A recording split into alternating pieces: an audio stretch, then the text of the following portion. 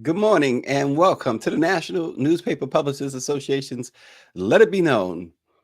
Disturbing, triggering, we can just go on and on about a situation in Sacramento, California. Police pulled over a pregnant woman and her 8-year-old son. We're going to tell you why and what happened. Also, Baltimore has settled for $43 million a lawsuit brought by the so-called Harlem Park Three. Yeah, the three black men who was wrongfully convicted 16 years plus ago. I'm going to tell you about that as well. And the DOJ is warning of hate crimes on the rise because of the war in Israel, and they're targeting certain communities, including, of course, African Americans. So we are going to bring that information to you this morning as well. And speaking of the Department of Justice, they have won a huge redlining settlement with a bank in Florida. Yeah, redlining hasn't ended, no matter what they tell you. Rise in interest rates and prices, speaking of redlining, are keeping home ownership down, of course, particularly in communities of color. And over the weekend, we certainly we would be remiss if we didn't tell you how successful, once again, the largest block party in the world was, a Taste of Soul in Los Angeles. But first, this morning, some sad news in the Black press family. Larry Smith, the owner and publisher of the Community Times newspaper in Florence, South Carolina, has died. His family said in an email to us last night. Larry Smith is a native of Columbia, South Carolina, and he was instrumental in organizing the South Carolina Black Publishers Association. Funeral arrangements are being made currently, and the South Carolina Community Times plans a special tribute in tomorrow's edition. Larry Smith has died at the age of 70. So our condolences definitely goes out to his family, the entire Black press family. So I saw this and was especially triggered. It's like the beat goes on. This story is as triggering as it can get. An 8-year-old boy, his pregnant mother, driving in Sacramento, were pulled over. And look at this. That's the little boy, that picture right there. Multiple Sacramento police officers pulled him and his mother over on the way to football practice. Shanice Stewart, who is 9 months pregnant, and her son Brandon were stopped by police on the highway after the officers mistook Brandon. Now look at Brandon, y'all. Mistook him for a juvenile with 2 felony warrants, including one for gun possession. That's according to the police. And the mother says, I noticed that they had their guns drawn and they had instructions for me to then toss my keys out of the window and open the door with my left hand, proceed to get out and put my hands in the air and then walk toward them. I immediately broke down because I didn't know or understand what was going on. Then Brandon gets out of the car, afraid that his mother would be arrested or even worse. He screamed and pleaded for her to come back to the car. Folks, he didn't realize one big thing here, that he was the suspect. He was approached, and then he was frantically trying to explain to the officers, we were just going to football practice. We hadn't done anything wrong. It was at that point that Stewart believes that the officers realized that her son wasn't who they were looking for. She says, I was scared of him getting shot. You don't know what to expect, she said, especially when it's multiple officers with their guns drawn towards the car. You just don't know. But I was definitely in fear of getting shot, me or my son, just by one of them feeling like they were in danger or they did not feel comfortable. The officers released them shortly after, and then they told the local ABC News affiliate that they first misidentified Brandon through helicopter surveillance as he and his mother were leaving their home to go to football practice. So they had been surveilling them. The wrong person, of course. Brandon, they said, here's the thing. match the description. Don't we all match the description? They said because of his hairstyle and clothing. This guy had a football jersey on. He's like 3 feet tall. The next day, a captain with the Sacramento police told Stewart that the suspect they are looking for is a teenager. Brandon is 56 pounds. This is what the police said. From a distance, officers observed a juvenile who they believe to be the wanted suspect enter a vehicle with tinted windows. Based on the information regarding firearm history, a high-risk stop was initiated. As officers were conducting the stop and the windows were rolled down, they realized, see, that is an excuse. Notice how they highlighted. They were conducting the stop and the windows were rolled down. Because earlier they said they had tinted windows. They realized the juvenile in the vehicle was not the wanted suspect. And at that point, the high-risk stop ended. According to the mom, her son, Brandon, is traumatized. Absolutely. Every time they approach the highway, her son asks if they can take the street route instead, she said.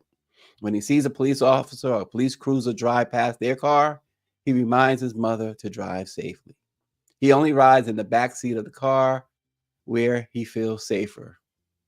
She says, I do keep repeating to him that all police officers are not bad. You can't just assume that. She says, I don't want him to hate the law. As far as me, at any given moment, every time an officer gets behind me, I'm at fear for my life. I'm scared and he's scared. The Sacramento Police Department went on to tell ABC News that the suspect is still at large, the person that they're looking for.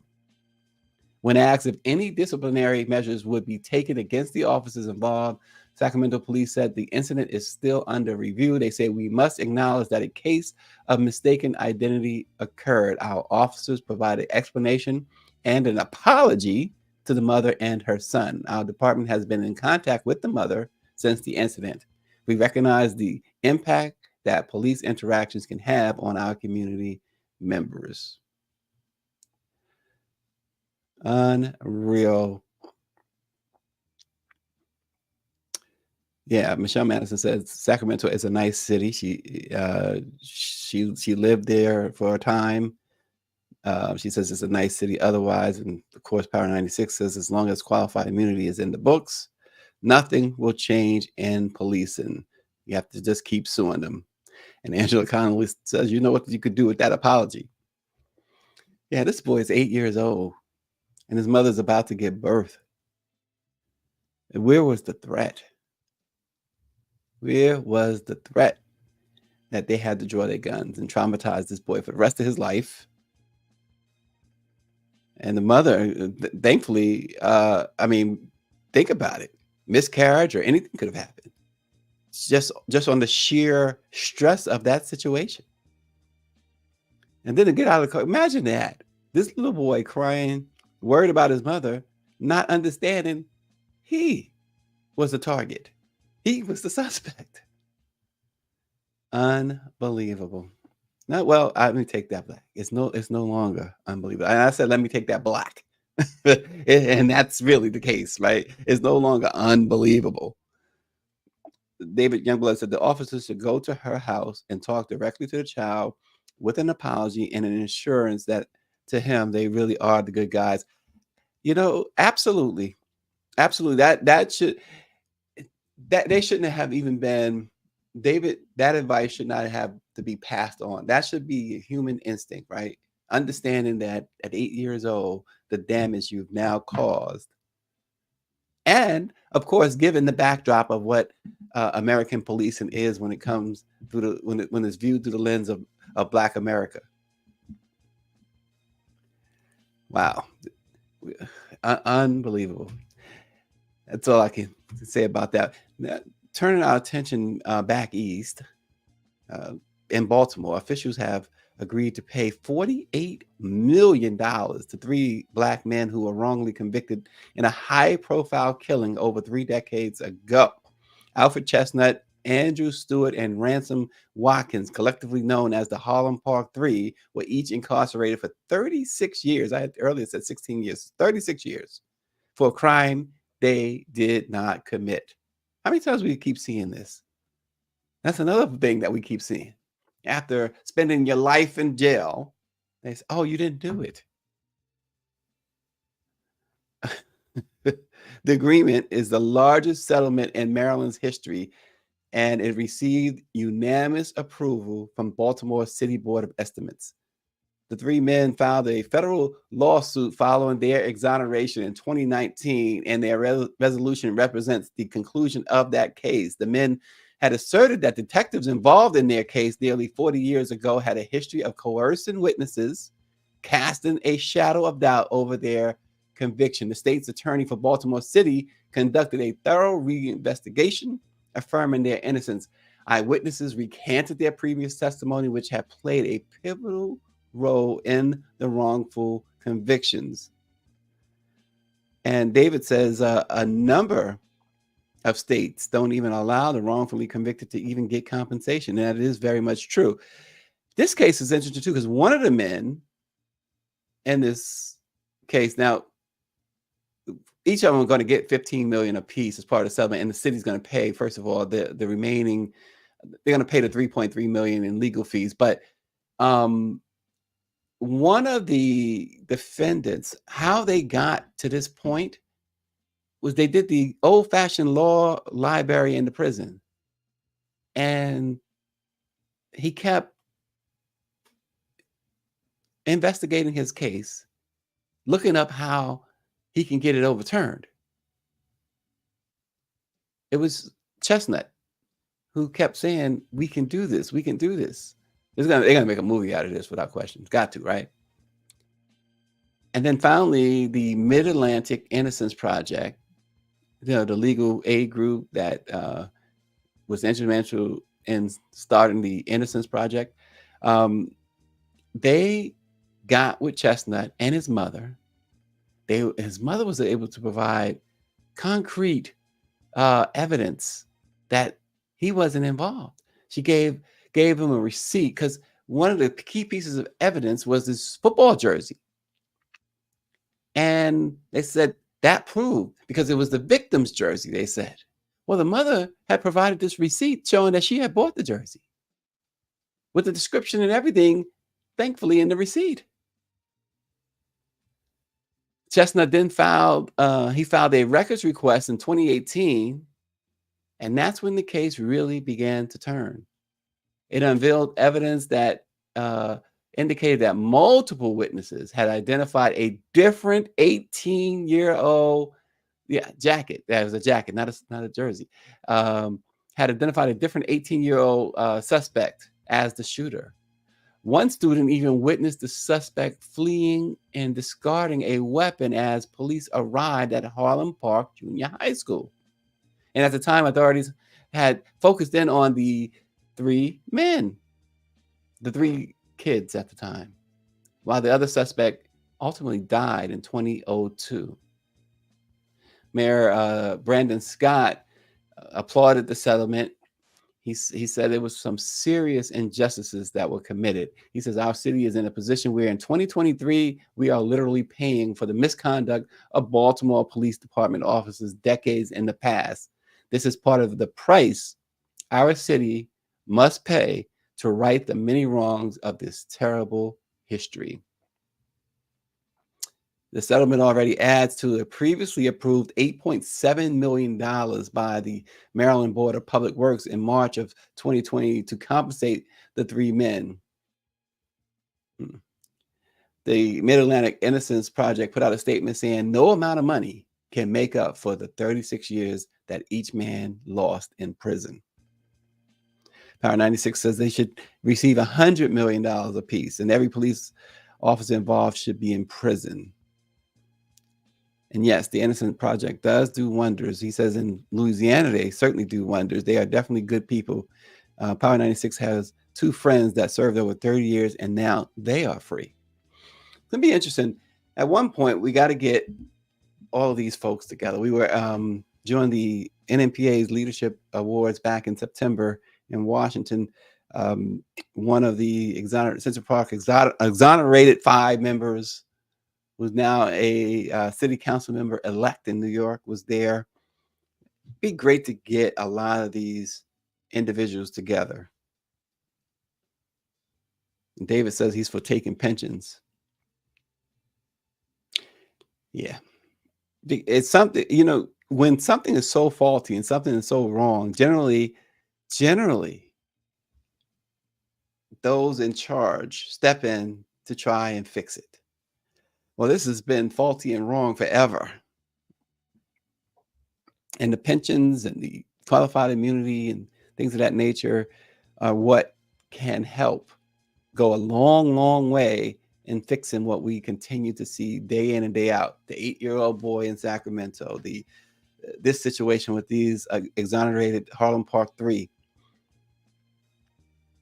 and saving taxpayers. Because again, 48 million, as I agree with Power 96, should have been 100 million apiece.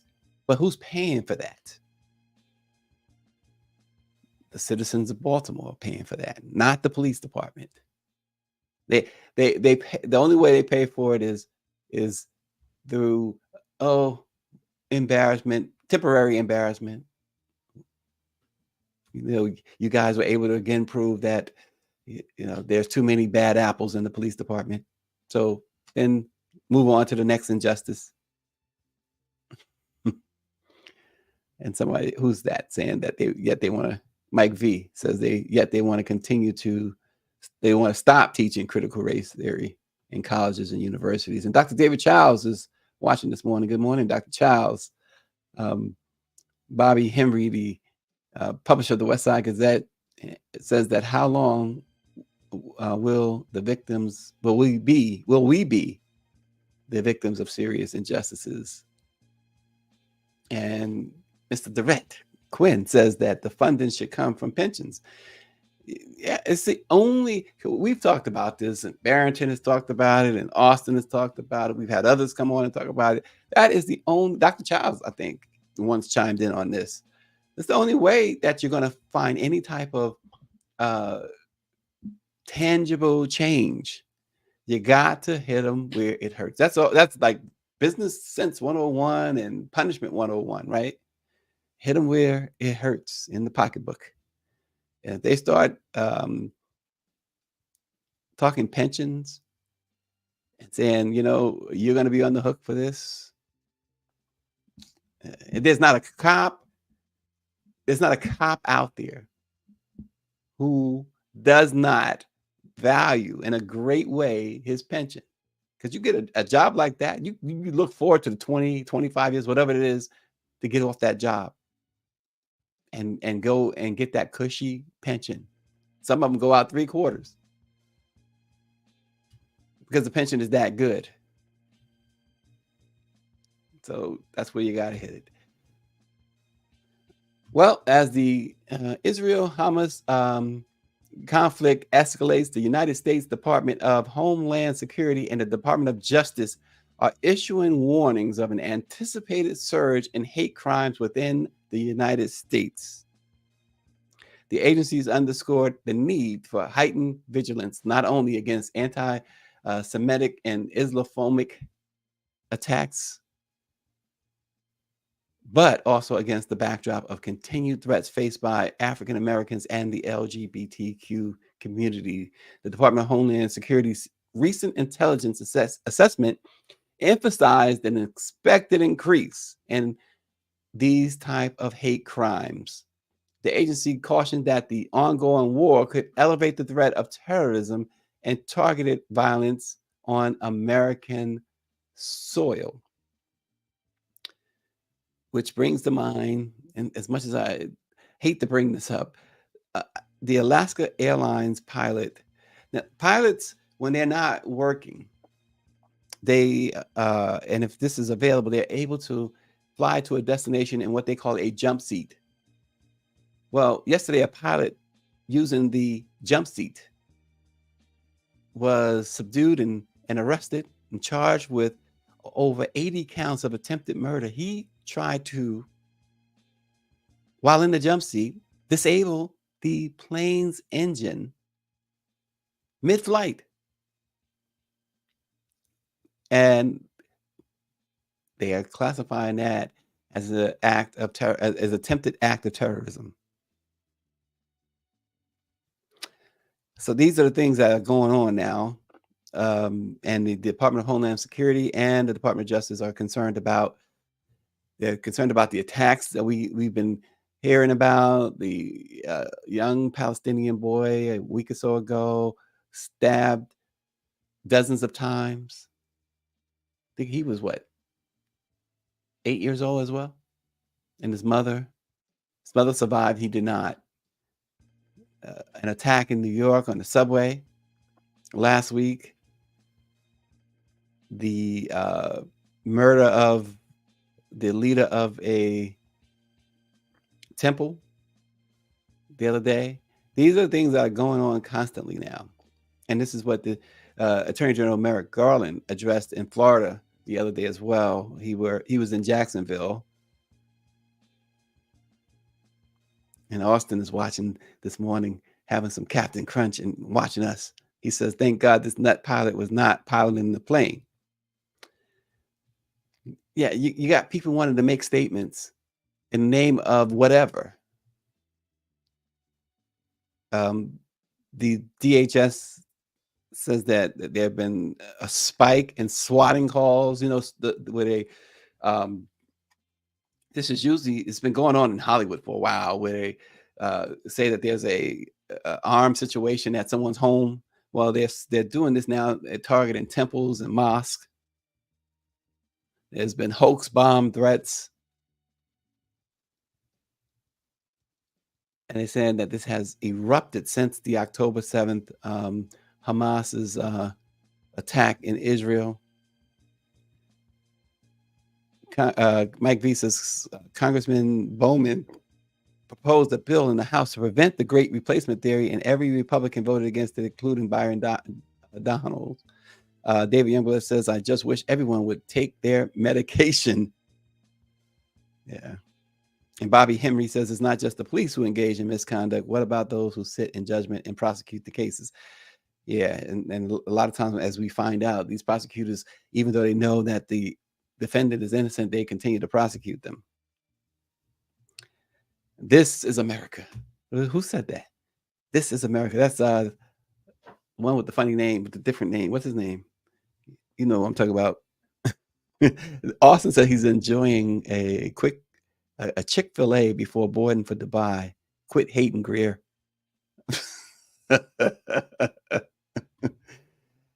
Listen, I'm concerned. Austin's going to Dubai. Austin's everywhere. He's going to Dubai. He's got Africa every other week. What is going on? We got to watch Austin, y'all. Next time he's on the show, I expect some grilling from Power 96. Make sure y'all put Austin on the hot seat. We got to know what his moves are. Donald Glover. Yeah, that's his name. Mike V. Thanks a lot. This is America. Boy, it's so much going on here, folks, with this. But again, the hate crime watch is on. Authorities are saying to, if you see something, say something.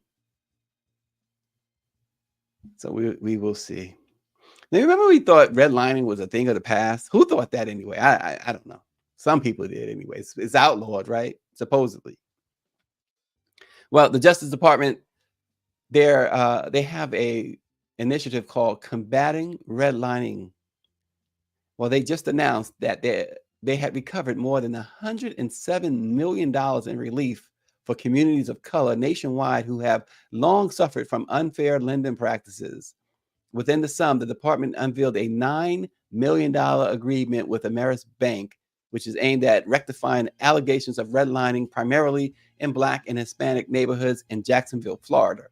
Redlining, which is, for those who don't know, is a prohibited practice that involves lenders withholding credit services from individuals and communities of color based on race, ethnicity, or national origin. Merrick Garland says today's case underscores that redlining remains a contemporary issue. He says the Justice Department is committed to rectifying the harm caused by discriminatory lending practices, with over 24 active investigations underway across the nation. 2 years ago, Merrick Garland launched the Combating Redlining initiative, which marked the department's most comprehensive endeavor to combat this systemic issue. The initiative collaborates with U.S. attorneys' offices, federal financial regulatory agencies, and state attorneys general offices to enforce federal fair lending laws, including the Fair Housing Act and the Equal Credit Opportunity Act. Since they began this initiative, they've secured 10 settlements with financial institutions, facilitating increased credit access for communities of color in various cities, including Houston, Memphis, Philadelphia, and Jacksonville.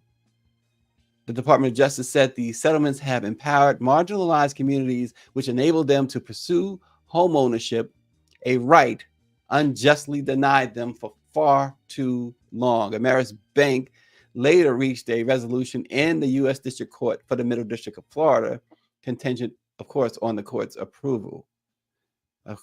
According to the DOJ's complaint, Ameris Bank deliberately excluded majority Black and Hispanic neighborhoods in Jacksonville from its mortgage services, steering applicants away from home loans. The bank's lending focus disproportionately, a word we always use on this show, favored white areas of the city. It's something else, right? Something else. Redlining.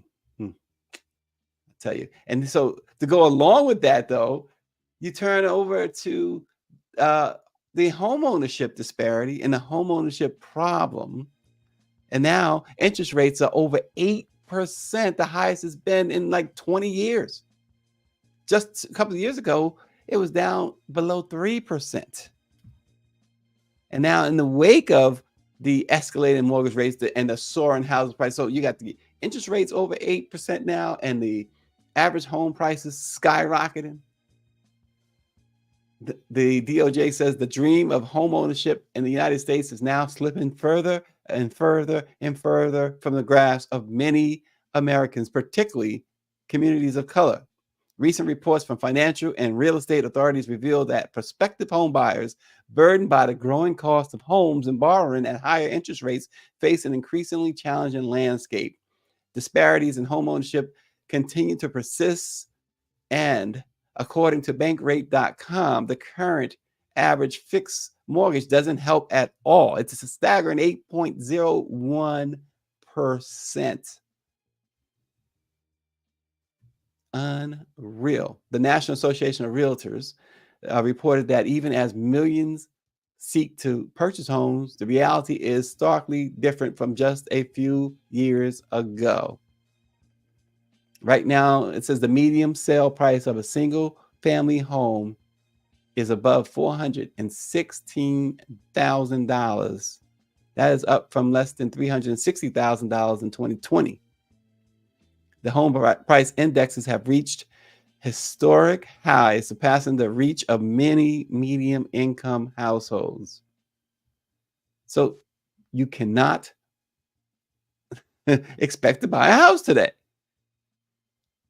The calculations indicate that a buyer now needs to make at least $107,232 a year to afford the median priced home based on the interest rates and a 20% down payment, allocated 25% of their gross monthly income to housing expenses.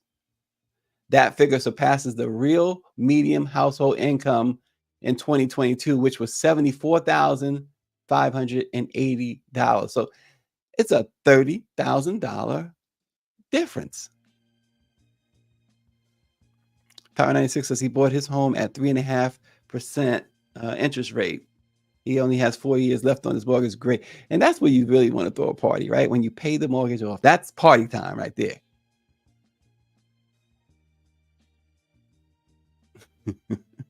Mike P says, I love when folks say Dems don't do nothing for Black folks and you show them this press release. But I'll let Mike B's statement stand on his own. Wow. Well, the overall, the bottom line here, the overall homeownership rate in the U.S. has increased over the last decade, and the Black homeownership rate has increased just under 1 percentage point, while everyone else has climbed significantly. The Black homeownership rate is climbed, but only by less than a percentage point, and that falls significantly behind Hispanic Americans. Their homeownership rate has increased over 50%. Asian Americans over 63%, and white Americans 73%. And the Black ownership, just to put it all in perspective, again, underscoring it, underlining it, less than 1% or percentage point. Unreal. Whew. Well, folks, over the weekend, the largest free one-day street festival on the West Coast on historic Crenshaw Boulevard took place. Hundreds of thousands of participants descended on Leimert Park for the 18th annual Taste of Soul Family Festival. The free all-day event took place on, of course, Crenshaw Boulevard between Stocker Street and Obama Boulevard, and it included live performances, job and networking opportunities, and local food vendors. Some of the best food in Southern California. Danny Bakewell Sr., the publisher of the Los Angeles Sentinel, the founder of Bakewell Media, and the founder of the Taste of Soul, would build the event, rightfully so, as the world's biggest block party. This year's event included Tiffany Haddish serving as the celebrity chair. It's always big celebrities included, and big celebrities seem to stop in on this event. This year, performances included The Whispers, the Delphonic Switch. When initially conceiving of the event, Danny Bakewell added that he never thought it would become such a global sensation that attracts superstars as much as it does neighbors. Danny Bakewell said, "I had a vision, but Taste of Soul has outlasted and become bigger than I ever dreamed." He says, "This belongs to the community, and the nation has allowed Taste of Soul to multiply. It has all the ingredients we talk about in terms of being good and wholesome for our community." Bobby Hemmer was there. He's watching this morning. He was there with Dr. Benjamin Chavis, our president, CEO, and so many others went out to Los Angeles for Taste of Soul. Missed it again this year. I told those folks out there, I told the Sentinel, I told Nikki and the rest I would come, and I will be there next year. I'm going to make it a point of being there next year. Danny Bakewell was emphatic, though, that the Taste of Soul is proof of what the Black press of America and African Americans as a whole can accomplish by showing confidence in and relying on each other. That event brings 350,000 to 400,000 people to Crenshaw Boulevard down in South Central Los Angeles. That is an amazing thing. That this is, again, and Danny Bakewell said it, the power of the Black press.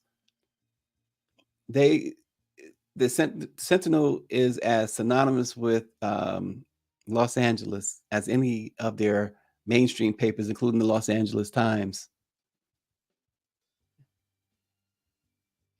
They are revered and respected. And we saw, I'm seeing a delay of what you guys just saw with Danny Bakewell dancing with Tiffany Haddish. That was really, just for that alone is worth going out there. And Karen Bass is on the stage as well.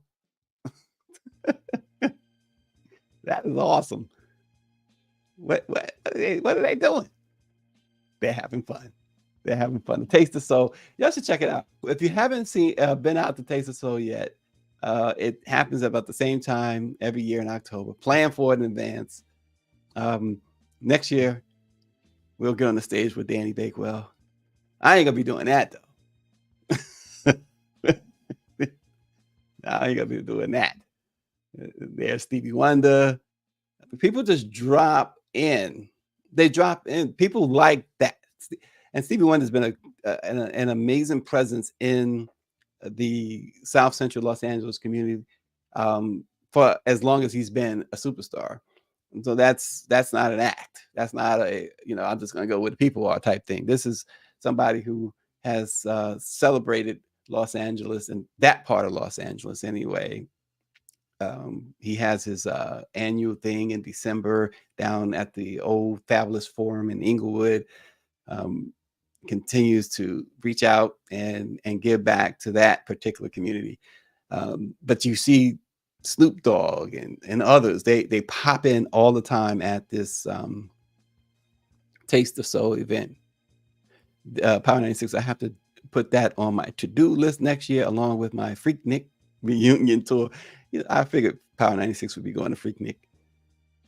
But definitely Taste of Soul is where it's at. And so I'm going to keep my word to those folks at the Sentinel, Pam Bakewell, all y'all. I'm coming out there next year. All right? We're going to be there. I'm going to bring the wife, and we're going to get on the stage and dance and stuff like that. How about that? Folks, what a day in news. So we're going to, today is when the Republicans are going to think, they're going to try, I said think, but they're going to try to pick a speaker nominee again out of 8 remaining candidates. Bobby says the food at Taste of Soul was absolutely delicious. I believe that. They got so many great vendors and this community. It's all, that's the great thing too. Danny Bakewell makes sure that it's all local. It's that FUBU thing, for us, by us thing. He makes sure of that. So you're not getting somebody from Nebraska coming over there trying to, squeeze in and buy a table and try and sell their stuff. It's the local folks there in Crenshaw and South Central. And that's one of the beauties of Taste of Soul. Never an issue, too. Never an issue. Never an issue. There's no problems, no fights, it's truly a great event. You get 350 to 400,000 folks and no problems. Just fun.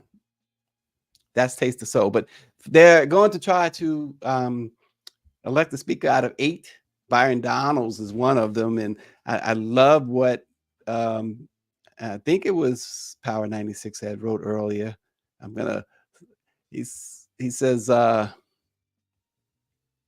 I missed it. He said something really interesting about Byron Donalds in America, and I can't seem to find what he said. So we will have to bring that to you another time. But it was on point, whatever he said. Oh, here we go. He says, only in America can Donald Trump compare himself to Nelson Mandela, and Byron Donalds supporters can claim racism because Democrats will not vote for him. On point. But anyway, that's how crazy politics is. Off the chain. But they're going to try and pick a speaker today. If they do, we will see they'll start commencing the voting, and we'll see if 217 Republicans can get behind one person. That is the tall task of the day. We'll bring you the results tomorrow. Thanks for watching.